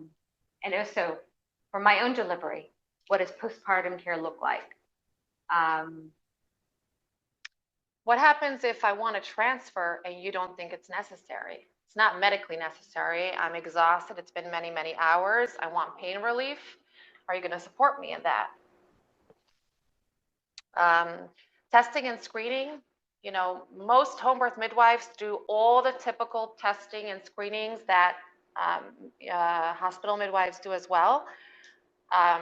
Again, because in most cases, this is really a relationship where you get to learn more about what this testing is done for, what this medication is given for, what happens if I don't want to do certain testing, or I don't want to take a certain medication. Are you okay with that? What happens, and what would be a scenario where you might say, well, we discussed that we're not going to do, let's say, postpartum Pitocin, but this situation is warranting it. What kind of situations could come up at my birth where you might say, we need to change your birth plan? Why? Postpartum Pitocin is given to help the uterus shrink back and stop the bleeding postpartum. It's standard in the hospital, as you were saying. It's standard in the hospital. If you can refuse. In a home birth, midwives bring it in case you need it. If there's heavy bleeding. So people can choose not to You can refuse. You can refuse any care. You could, but it's very hard. So that's where you have to choose your provider widely. Provider and your hospital. If that doesn't align with you. It's also something you can put on your birth plan. When I meet with my private clients, I recommend that they make a birth plan that's very clear. going to give a nurse an essay to read that's 3 pages long, she's going to roll her eyes and not read it, right? But if you give her something that's bullet points, and the first paragraph says for mom, and there's 6 or 7 things that are bullet points to you, and then your actual baby, and there's 6 or 7 things you want for baby, it's easy for her to look at, then she'll read it, right? And saying like, I don't want postpartum Pitocin on your list is something that you could put on your list. They will probably talk to you about it, ask you why you don't want it, have a discussion with you about it, but you could refuse it. I do always tell people that is also part of researching who your provider is going to be. If you're somebody who's going to want to refuse postpartum Pitocin, are you with a provider who will be comfortable with that? Or who's going to push back and say, well, women die in labor, scaring you is a sign actually that you're not with the right provider, because the provider should be giving you pros and cons of choice A and pros and cons of choice B, not just pros of choice A and cons of choice B, which we often see providers do as informed consent, but that's not true informed consent. Projecting their own personal biases. Right, and they're discussing it with you, which is much better than just, doing whatever they're doing without even asking you or discussing it with you. It's just that true informed consent means that there's always multiple options, and that all of those options always have pros and cons. And it's up to you as the patient, as the mother, to make that decision for yourself. You have to just understand that. You also have to remember that a lot of midwives and doctors and people who work in hospitals, for example, they see a lot. They do. They do more births than the home birth midwives. And some of the protocols and policies have been established because of something that they've seen. You can't fault them for it. This is the kind of care that they want to provide. This is the kind of care that they, feel is right for the patient. But everything is up for discussion. And having a doula at your side, particularly if for whatever reason you're with a provider where you, let's say, liked 80% of what they offer, but not 20% of their offer, but you made that choice for whatever reason, or if you're with a provider that's a group and you just don't know who's going to be there, or you're going to be with a provider who covers 80% of the shift time, but 20% you're just with residents and they might not be there. So those are situations where having a doula, part of what doula helps with is advocacy and making sure that your wishes as much as possible. Obviously, doulas, we don't decide what other people do at your birth, but we can try as much as possible to help you speak up for your needs, plan for that, make your birth plan, and things like that. The more you do in advance is better, and that's why we're here to have that talk. You have time to say what's the pros and cons of this. Maybe at the end? Can I just ask something? It might be a silly question. What's the difference between a midwife and a doula? It's not a silly question. Okay, nothing's ever a silly question. A midwife is the catcher, and she's the medical provider, and she takes care of the medical part and the emotional part of the mom. The doula is the emotional, physical part, meaning she supports you in labor, physically, mentally, emotionally, and also sometimes even through pregnancy and postpartum. The midwife does like I said, the catching. She does the blood pressure, the checking the heart rate. What? The medical part, yeah. And because when we're talking about home birth midwives specifically, many of the home birth midwives, from what I understand, midwife is originally from a German word. It means to be, with the woman. Whoever those speak Yiddish, midwife, they're with the woman. So the whole midwifery model is also to be the doula. And sometimes when you hire a midwife or a midwifery group, you can ask that question if hiring a doula is not within your budget, let's say, are you going to come, especially when you're doing, let's say, a home birth, when do you come in labor? Will you also support me? Do you massage? Can you, encourage me and be that person as well? Or do you need to hire someone separately? Do you think they're both necessary? A doula and a midwife? That's something you need to explore.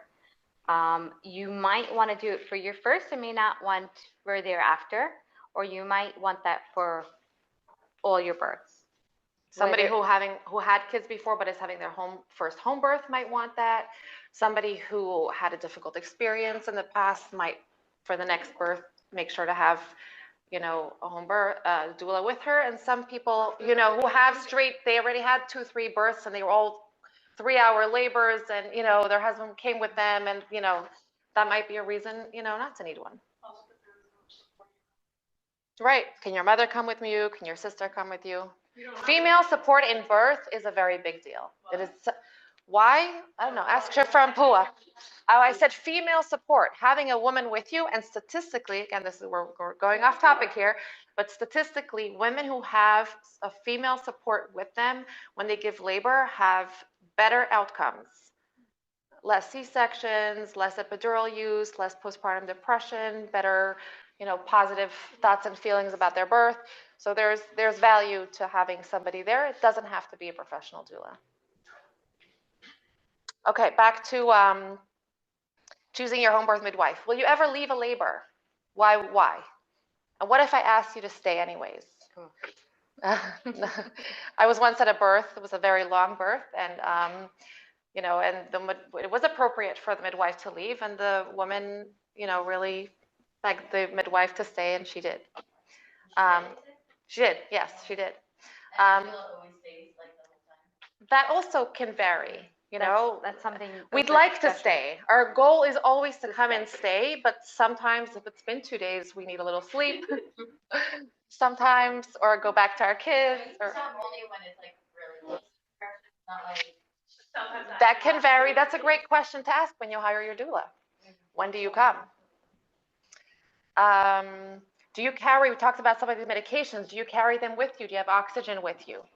Metrogen. Pitocin. IVs.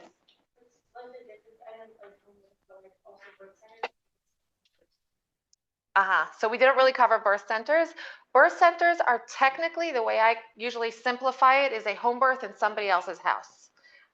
That's basically what it is. It's a place that's set up for birth, so you can be out of your house. Sometimes people with Crown Heights small apartments, that could be a very good choice. You also have to remember, because you're in somebody else's house, you're abiding by somebody else's rules. Yeah, they do have usually more rules. And also what we've seen so far in birth centers is that very often, we have the, sometimes there's more of a turnover with midwives. It's usually groups, not one person that you have a relationship with. And they have stricter rules, like Nechama was saying, about when you get risked out of their care, which... Stricter than what? Than home birth. Yeah. With home birth, it could very much more depend on the midwife, and there's more of that conversation of for example, 42 weeks. Most birthing centers, once you reach 42 weeks, you have to give birth at a hospital. At a home birth, that could be more of a conversation on the risks and, where you're at, etc. What about needing to be induced? It's a good question. It's a very good question. That's something you want to discuss in the interview with your home birth midwife. You want to ask, will you help me get started at home? How? They might suggest you do acupuncture or start with homeopathy. They might have herbs with them. They might strip your membranes as well. I had a midwife who did that for me the day before I gave birth. That was great. What does that mean? As Irit explained, they put their finger inside and they separate the bag from the uterine wall. That's what it means. It feels like a sweep. It's a little bit more part of childbirth education, but you could look it up probably. So it's 9:10, so we want to continue. What if I'm in early labor and it's technically time where you as a home birth midwife wouldn't come yet, but I really want you to come and check in on me. It's been a long, long time, a very long early labor. Are you going to come and, do a heartbeat check and just, check in on me? And it's important they do, my opinion. Right.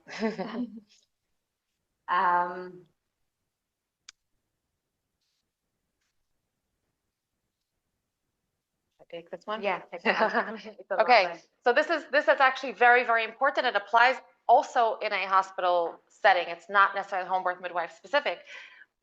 If you recommend something and I want to take a different path or make a different choice, what does that conversation look like?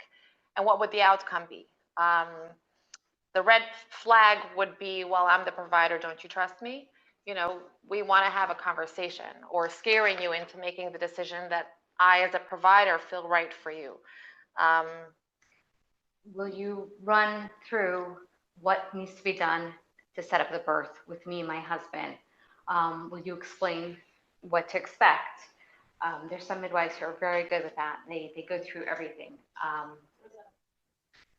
Set up to cover your bed, to have things to clean the blood stain out of your duvet. What different chucks, supplies. different supplies that you need. What would you need for what? Garbage bags, paper towels. I can go on and on. This is a lot of fun. Towels. Towels. How many towels? How long after birth do you stay? Will you stay later in different scenarios? Do you help with cleanup?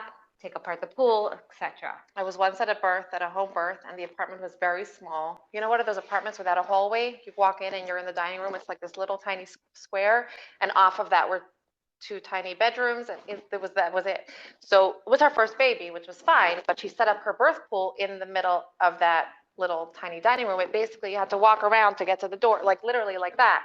And the birth was over, and guess what day of the week it was?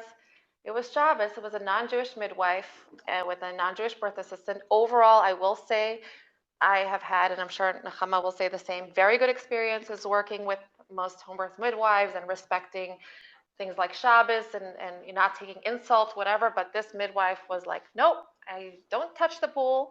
And her assistant was also kind of insulted that she was asked to do things like, I don't know, plug in my phone to charge or whatever. So yeah, those are definitely most home birth midwives that, I would recommend will, within an hour or two of birth, you cannot tell that a birth took place there. And that is from, the standard that I would hold is, part of, home birth midwifery. You also want to know postpartum visits. How many visits do they come postpartum? Do they come to you? How soon after birth? What do you want them to do?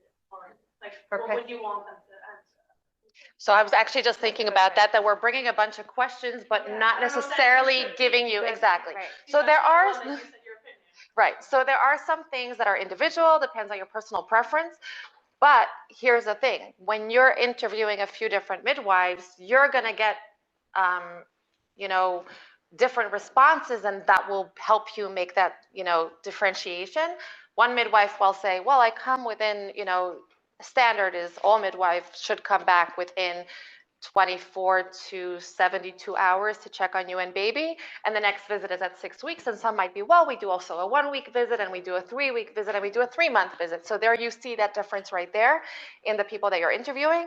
And again, what we said before is you can get, if you're a home birth type person and you're having your first baby and that's what you're going for straight on, it could still be really helpful to educate yourself on what is standard in a hospital model. Not because you have to copy that. There's a lot of things that are done standard in a hospital that are not done standard at home, and it's completely safe to do so. But then it's like, oh, they give an antibiotic eye ointment for the baby. You can go look that up. What is that? Why is it given? What are the pros, what's and cons? Now I can decide for myself at my home birth, do I want that? Do I not want that? So educating yourself on all these things, as well as comparing different providers, will help you figure that out.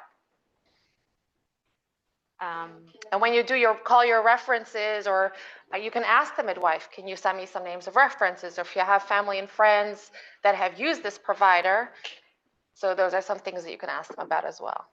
Postpartum check is in an office, or it's like your house? Great question. Ask the midwife, do I have to come to you, or do you come to me for the postpartum visit? The first visit should be in your house.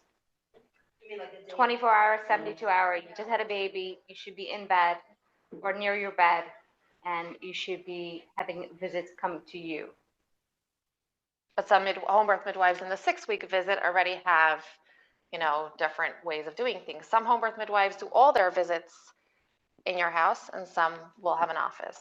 And then they come, I think it's very standard that they at least come once to your house to kind of get a feel for what your house is like, and, help you with ideas for setup. What does post-care look like in hospitals? Sorry.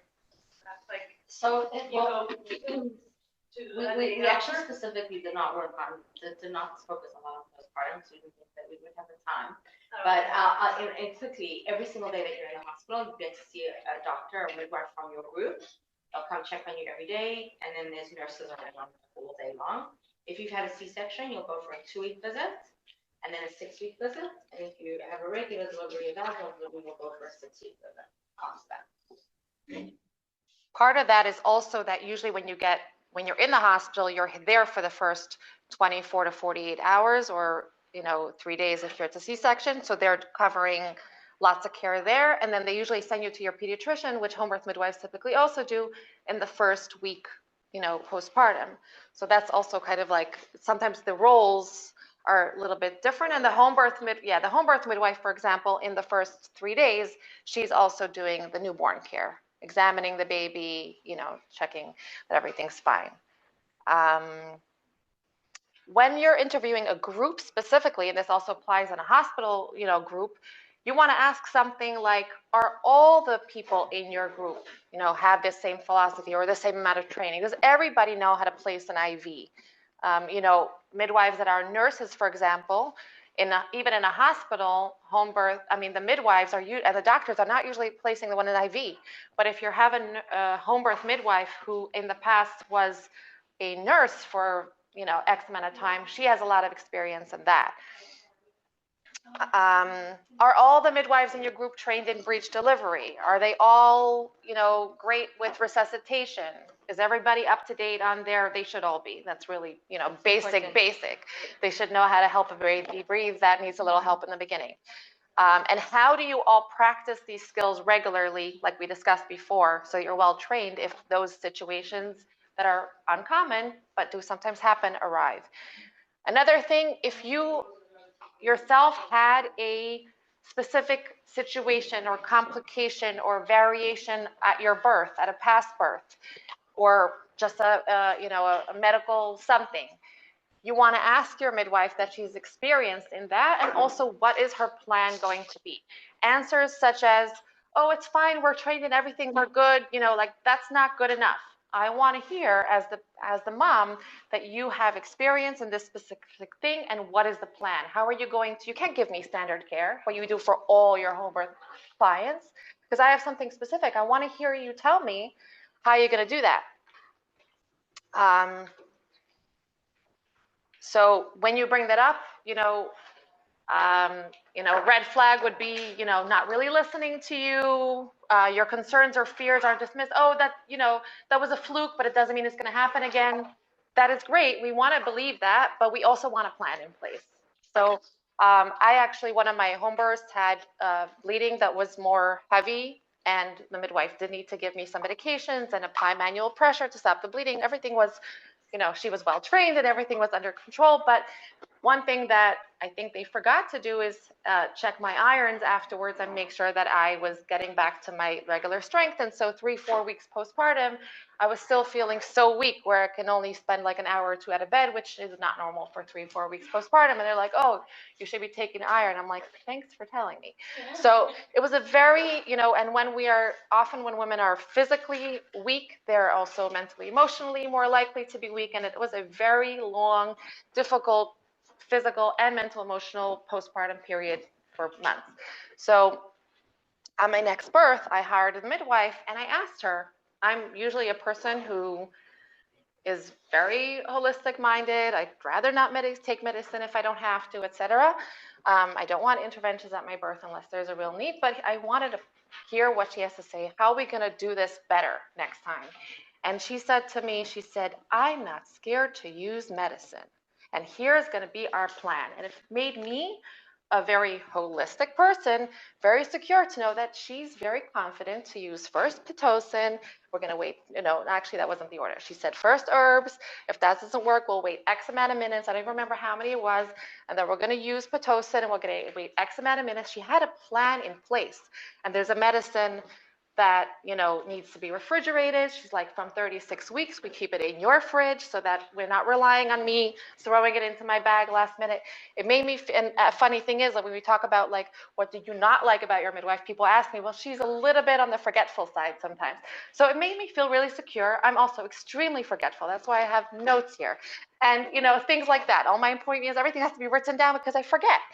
So that's okay to be forgetful. How are you being responsible about it? It made me feel very safe that she had a plan in place. What else?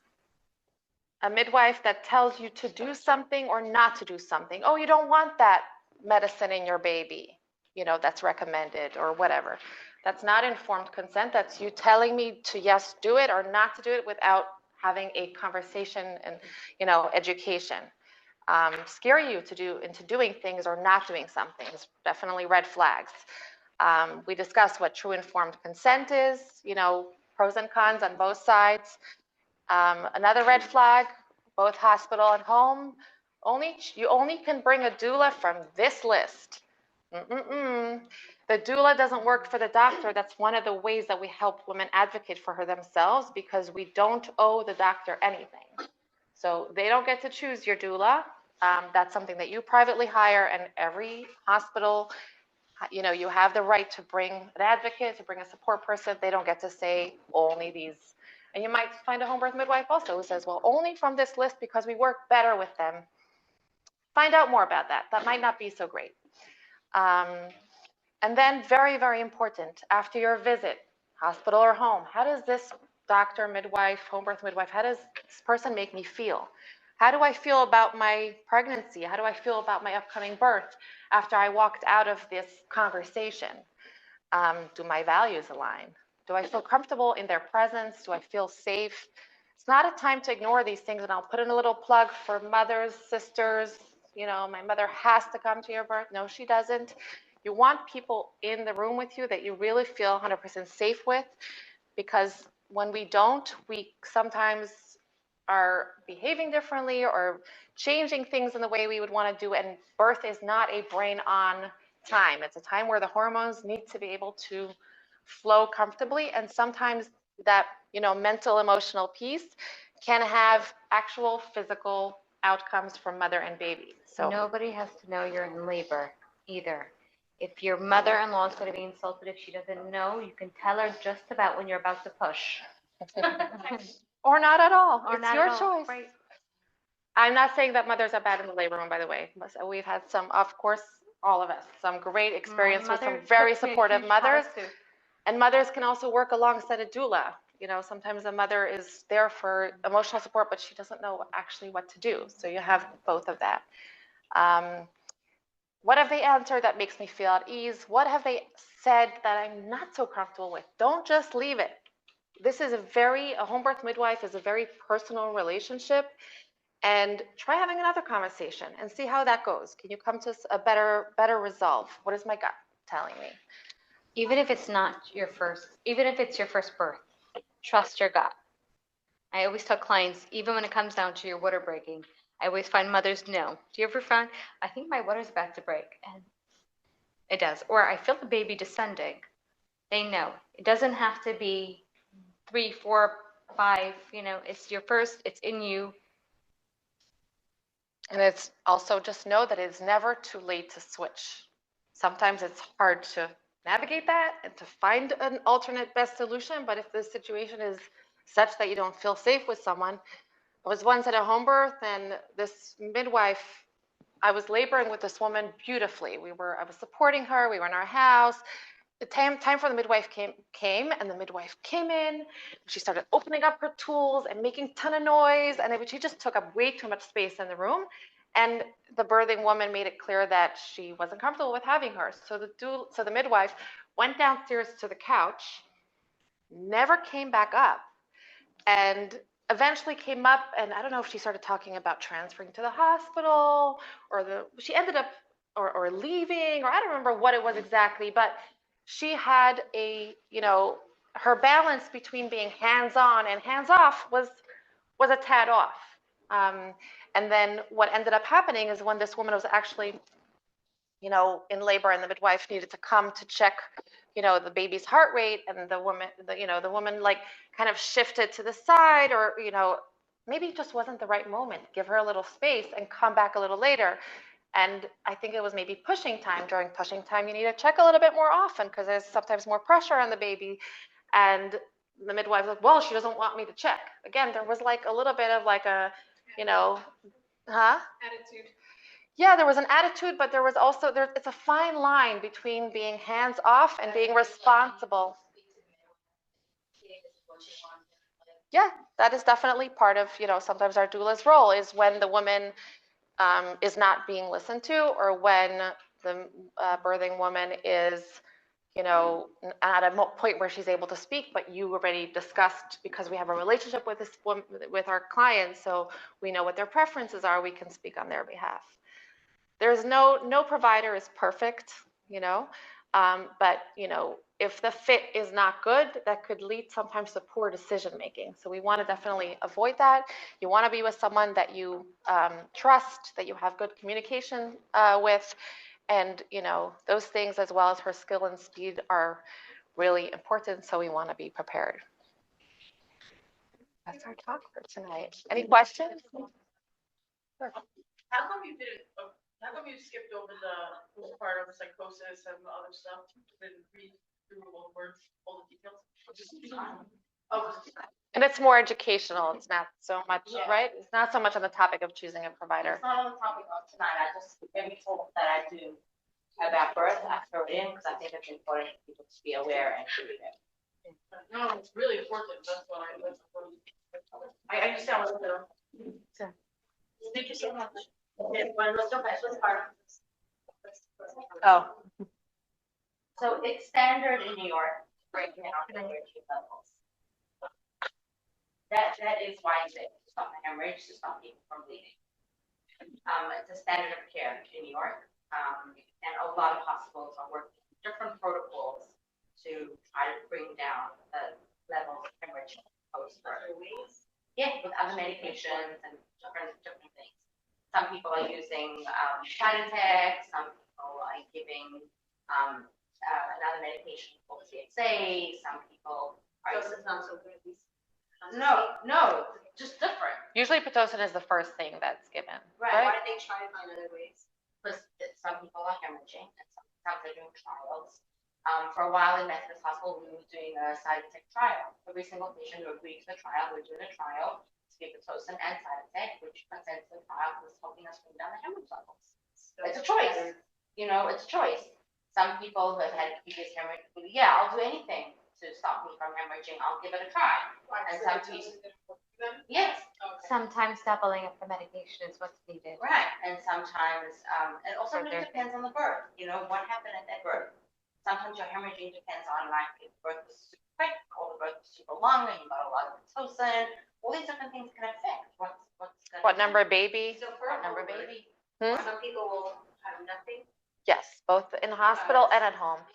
Because again, this is the majority of people giving birth at home are trusting that our bodies are designed to do their job, and that we only give a medication or take a medication. Again, it's a personal preference. If somebody's giving birth at home and they want vaginal exams throughout their labor, that's something that they can, discuss with their midwife or before hiring, if that's the type of, care that they want. Again, Pitocin, you want standard Pitocin, whether you're bleeding heavily or not. That's definitely something you can take. Most people giving birth at home don't want unnecessary medication. But the midwife leaves once the baby's born. No, that wasn't the questions also.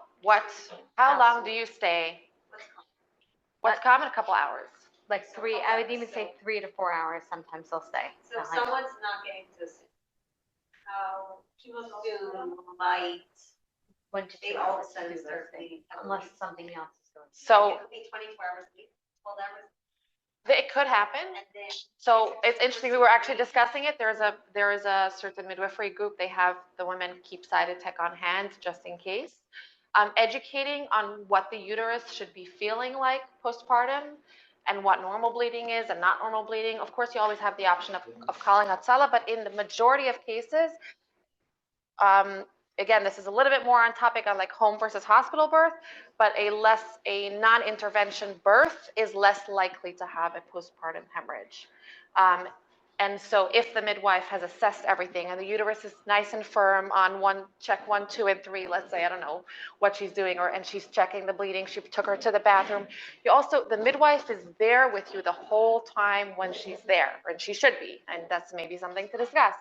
And not like in a hospital birth, the midwife after let's say stitching needs to be done, placenta's out, everything's done, she leaves the room. The nurse now takes over and does cleaning the woman up, helping her go to the bathroom, things like that, helping with nursing. So, here it's a one-man show, which allows her to get a whole assessment. And in the large majority of cases, in a non-interventive birth, where in the first 3-4 hours there was no hemorrhage, it usually remains like that.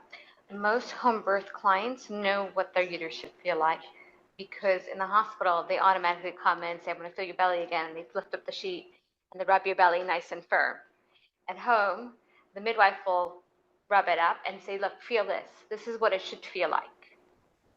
So to let you know what your body should feel like. So you'll notice as well. So it's I will also say that when I first became a doula, it wasn't standard to give Pitocin, standard. It was given, right? It was given, on a individual basis. You also have to have an IV to be able to give it. Not everybody consents to an IV, and not everybody has time for an IV. So you don't think sometimes offer you an injection of Pitocin. Sometimes, you don't get anything. And at home, usually, huh? It's not making the recovery longer. I don't think there's a difference. No. I've actually heard some moms say it's more uncomfortable taking Pitocin. But if you need it. The only thing that we really want to consider is if you have like a history of hemorrhaging, or you have a bleeding disorder, or there's like a red flag in your personal history, that's something to think about. You also don't want to put yourself in danger. I can only speak from a hospital perspective, right? I don't know what a home birth midwife could do with somebody that they might risk out of home birth midwife if they've got a bleed. I don't know. They might use herbs. I don't know. But for a hospital birth, if you know that you had a hemorrhage at one birth, that might even be your focus. I want Pitocin, I want TXA, I want that estrogen, I want 3 medications to stop me bleeding because I don't want to go through that. Right. Or if you are still doing a home birth and you have had a hemorrhage or a heavy bleed in the past, the midwife maybe needs to stay longer postpartum. I've had definitely, midwives tell me that they slept on the couch for the night. It's holistic care, and she wants to be there for the woman and not have to transfer her, but she needs to keep an extra eye because this baby was just borderline with the breathing, need a little bit help, and still looking a little that way or the other way. She's going to stay 6 hours. When is usually a hemorrhage expected? Is there a time frame? Not necessarily. Like you said, within the first Usually, 24 hours, right. Usually it's in the first few hours, but that it does happen that there are surprises. That's why we want skilled people at your birth. We want to be able to. If there's a surprise the next day, please pick up the phone, call your midwife, and tell it. Is there something to do besides? This is a very big question, and it's so individual. It could be someone has a bleeding disorder. I'm saying someone that doesn't know of any. Are you asking about preventing hemorrhage? Yeah. At home or in the hospital? Anyway. I mean, she can take herbs from the get-go, taking Pitocin automatically right after the birth, whether there is a sign of extra bleeding or not. Breastfeeding is good to help the uterus contract, and also knowing how to, the midwife will tell you, like, if you feel that the uterus is feeling like this, you want to kind of give yourself that, stimulating rub to get the uterus to contract again, and call the midwife. And please rest. What? Resting. Rest, yes. They just tell you the risks. It's never like a choice. I didn't know it was possible to. Everything's a choice. Everything is a choice, and that's why it's so important to choose a provider who's on the same lines as you. you want to choose somebody who will let you choose if you want. I guess I also have to be informed myself, like, Having How would a I doula know? helps.